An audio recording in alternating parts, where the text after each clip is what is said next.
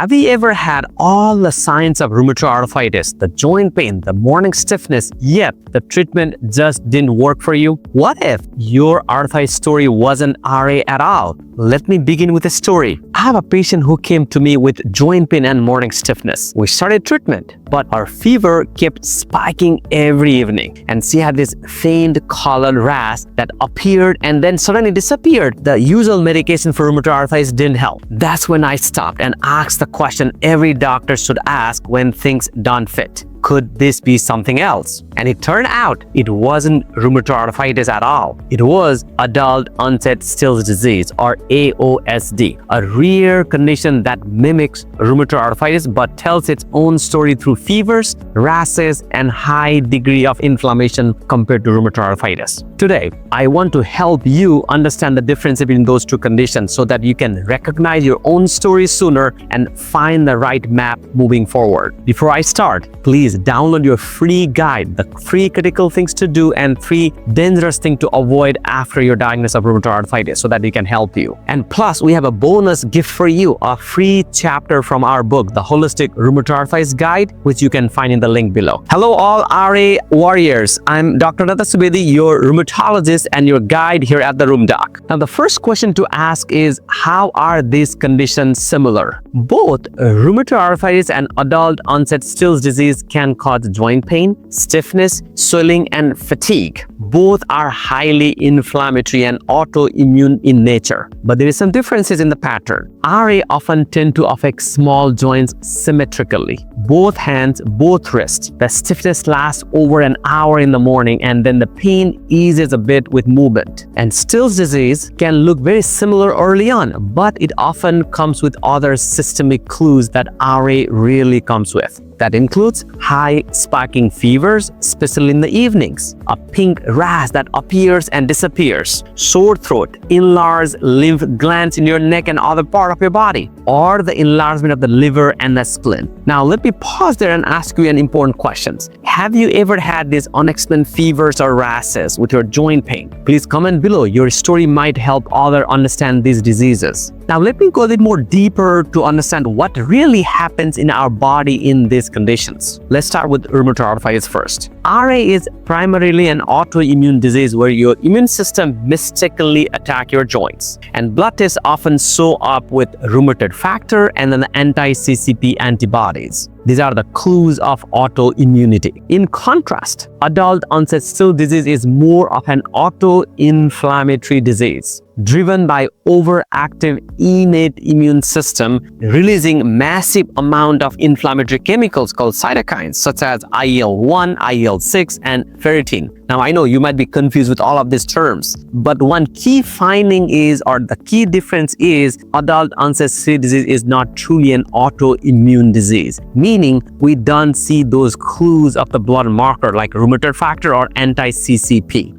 But for unclear reason, your innate immune system just activated without any antigen stimulus, which typically happen in rheumatoid arthritis. So let me clarify. The adult-onset Still's disease is an autoinflammatory disease versus rheumatoid arthritis is an autoimmune disease. Your immune system is attacking against some tissues in your body we call antigens, which is not the case in autoinflammatory condition like adult-onset Still's disease. That's why adult-onset Still's disease patients have this high spiking fever, high ferritin levels, which is one of the important clues in differentiating RA versus Aosd. Now, that's why when we talk about treatment, there are some important interventions such as IL-1 blockers like anakinra or canakinumab are often effective in adult-onset Still's disease, which RA is not typically responding to those medications. And RA we typically treat with methotrexate or TNF blockers. And the reason is the immune pathways are different on how they cause inflammation. Now, let's understand a little more about those diagnostic challenges as we discussed in our story earlier. Because both disease can cause joint pain and morning stiffness, it's easy for adult-onset Still's disease to be misdiagnosed as rheumatoid arthritis. And in fact, about 1 in 3 Still's disease patients are initially told they have RA.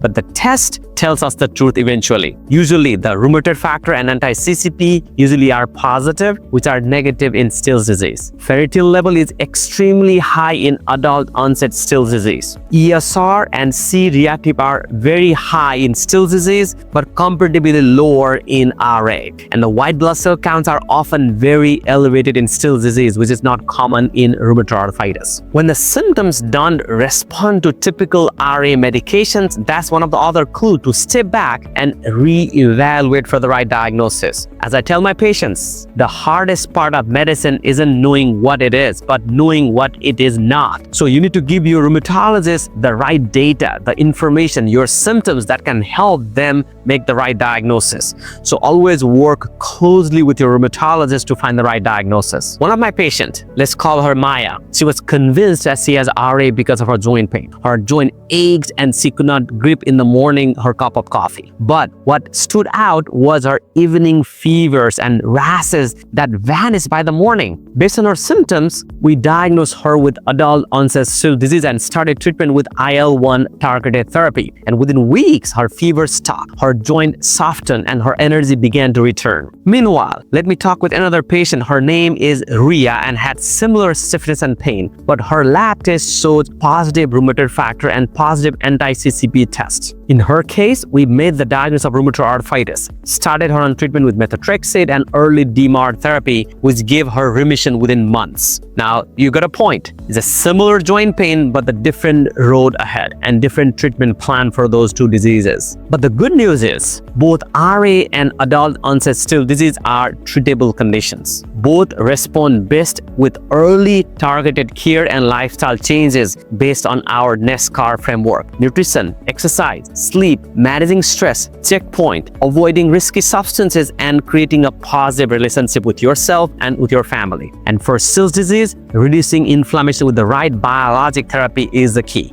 For RA, restoring immune balance with DMARD and lifestyle changes leads to long-term better outcome. No matter the name of your diagnosis, your path to healing follows the same principles: calming the inflammation, protecting your joints, and rebuilding your strength using medication and some lifestyle changes. Hence, its holistic approach is very important in both diseases. Now, let me leave you with some action items. Number 1, track your symptoms daily. Note your fever pattern, your rashes, your stiffness times. These small clues help your doctor see the bigger picture, coming up with the right diagnosis. And ask your doctor about the ferritin level and the testing for adult-onset Still's disease if your arthritis doesn't fit the right picture of rheumatoid arthritis pattern. And number 2, watch what you eat. Either it could be RA or adult-onset Still's disease, both are inflammatory conditions. So watch what you are eating and try to incorporate anti-inflammatory lifestyle to help calm down inflammation with the medications.